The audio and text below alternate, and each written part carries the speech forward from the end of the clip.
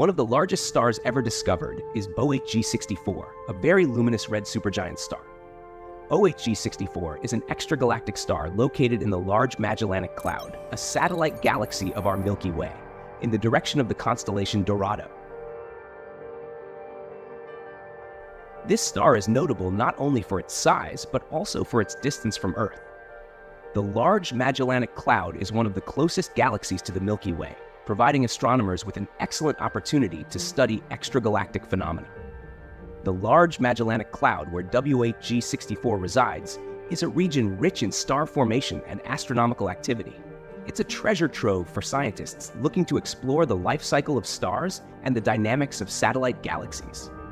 WOH G64's discovery has provided valuable insights into the processes that govern the formation and lifespan of the most massive stars in the universe. Its immense size and brightness make it a prime example of the extremes that stellar bodies can reach. Let's get to know the star.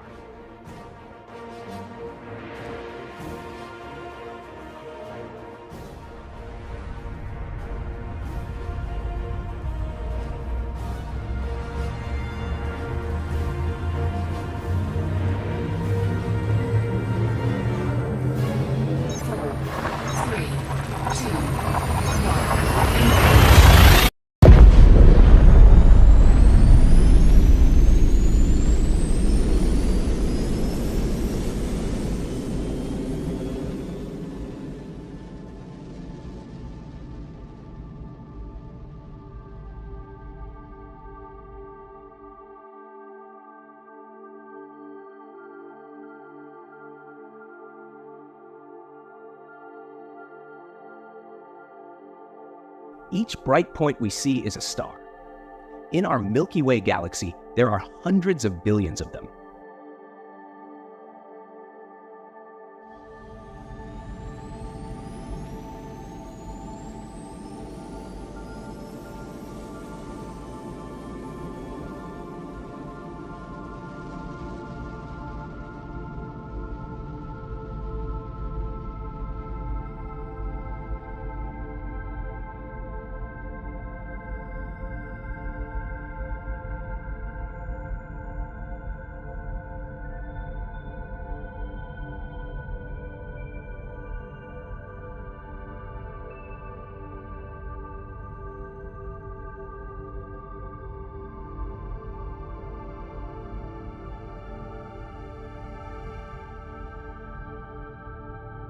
The Large Magellanic Cloud is 100,000 light-years away from Earth, meaning light takes 100,000 years to travel this distance.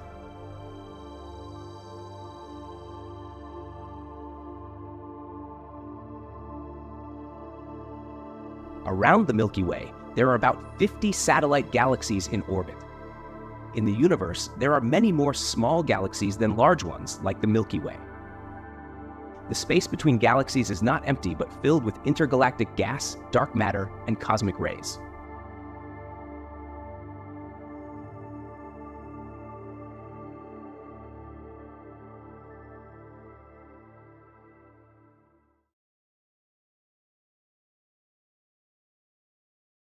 The Large Magellanic Cloud stretches 14,000 light-years at its widest point. It is the largest satellite galaxy of the Milky Way. The small satellite galaxy is home to about 30 billion stars.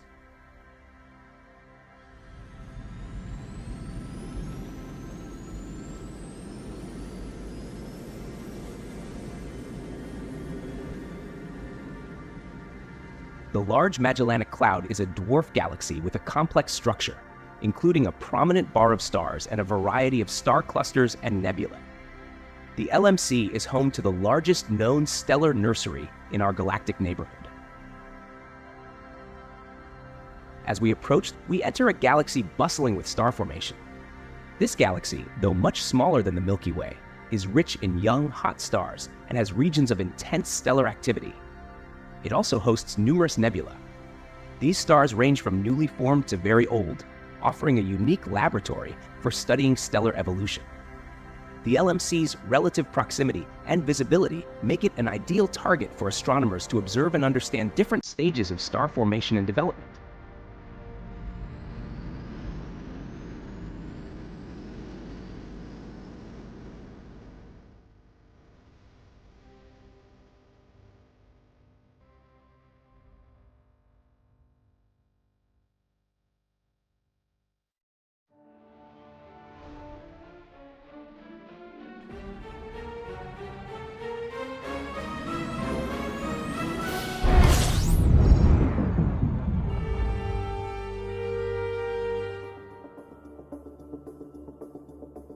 star was discovered in the 1970s by astronomers Westerlund, Olander, and Hedden.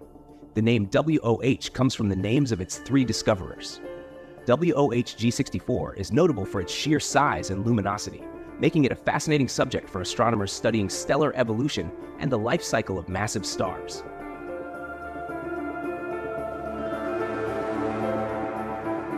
Observations suggest that WOH G64 may be nearing the end of its life cycle, a phase that includes significant mass loss and instability. Red supergiants are the largest stars in the universe in terms of volume, but they are not the hottest, most massive, or most luminous.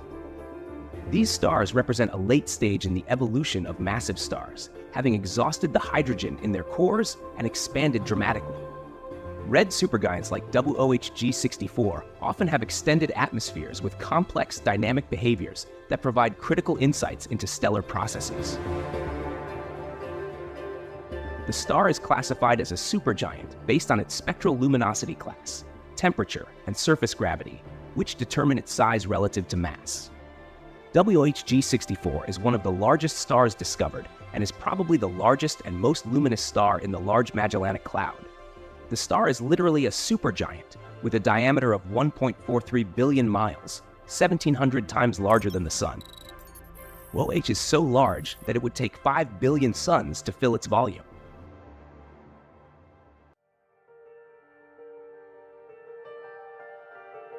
If the WOH star were placed in the position of the Sun, it would engulf Mercury, Venus, Earth, Mars, and Jupiter, coming very close to Saturn.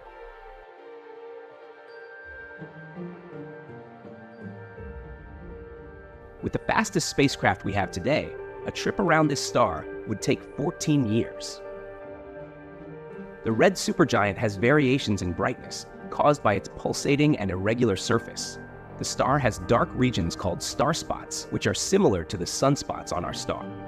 The regions are dark because there are concentrations of magnetic field flux that reduce the surface temperature and prevent convection.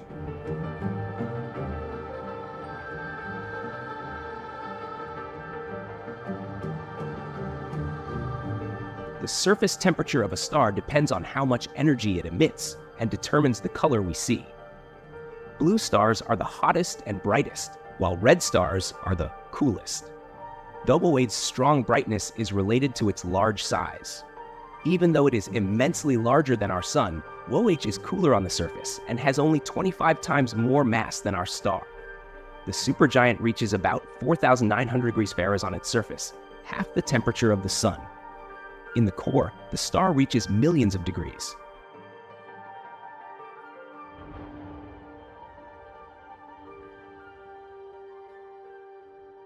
The star loses a lot of mass, and part of it remains around it as an envelope of gas and dust. A lot of matter is expelled from the star by stellar winds. It loses the equivalent of 7 Earths per year and has already lost 30% of its total mass.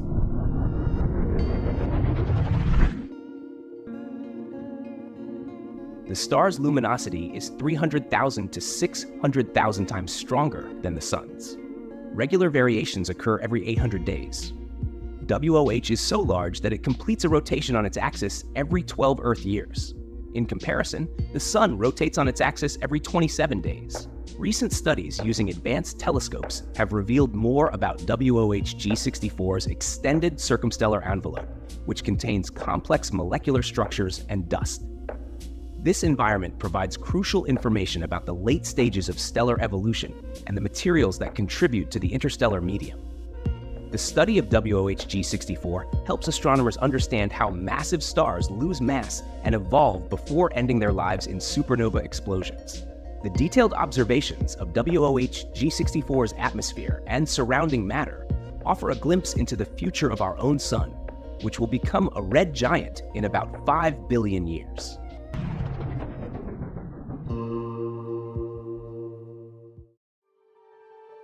Perhaps WOH has planets around it.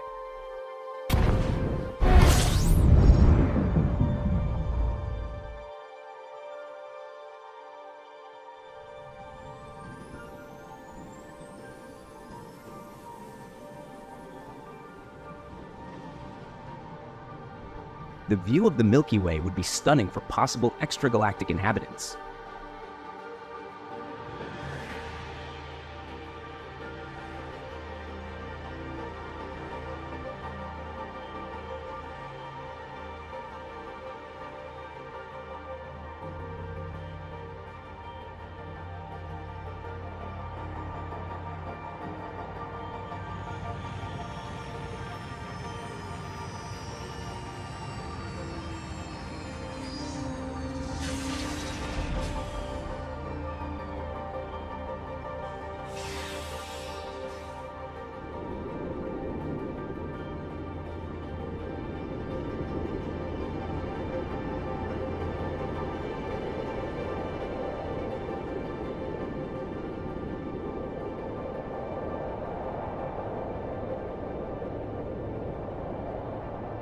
If there is any technological civilization with a super telescope pointed in our direction, they would be observing our past from 160,000 years ago.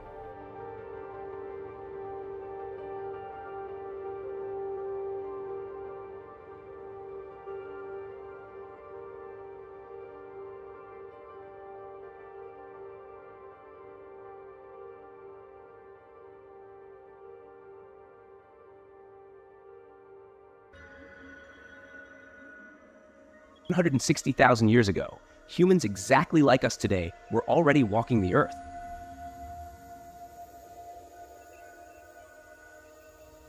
For 99% of our time, we were nomads living in nature.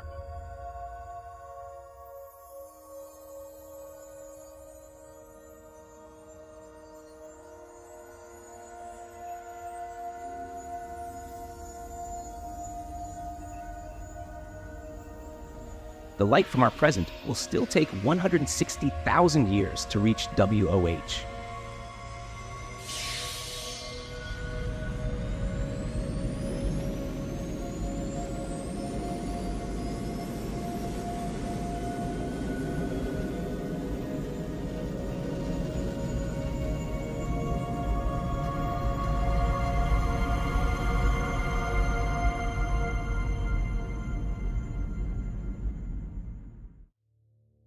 From Earth, we are also seeing the past of 160,000 years of the WOH star. It may no longer be a red supergiant. The WOH star may have already ended its cycle in a violent supernova explosion more than 100,000 years ago.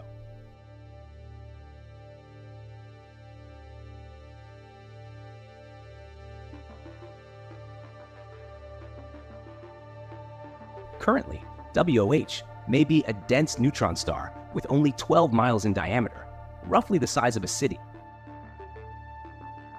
If WOH has indeed exploded, the light of its supernova must have been so intense that millions of planets in the small galaxy could have been without night for over a month. From Earth, we are waiting for the light of this explosion to reach us, and when it does, it will be a spectacular astronomical event. Thousands of years from now, the light from its explosion should reach Earth, and for a month, it will be the brightest star in our night sky. If you enjoyed the trip, leave in the comments which place in the universe you would like to explore in the next space travels. And if you want to support our work, check out the pinned comment. Every contribution helps keep our ship moving. Thanks for watching, and see you on the next Star Trip.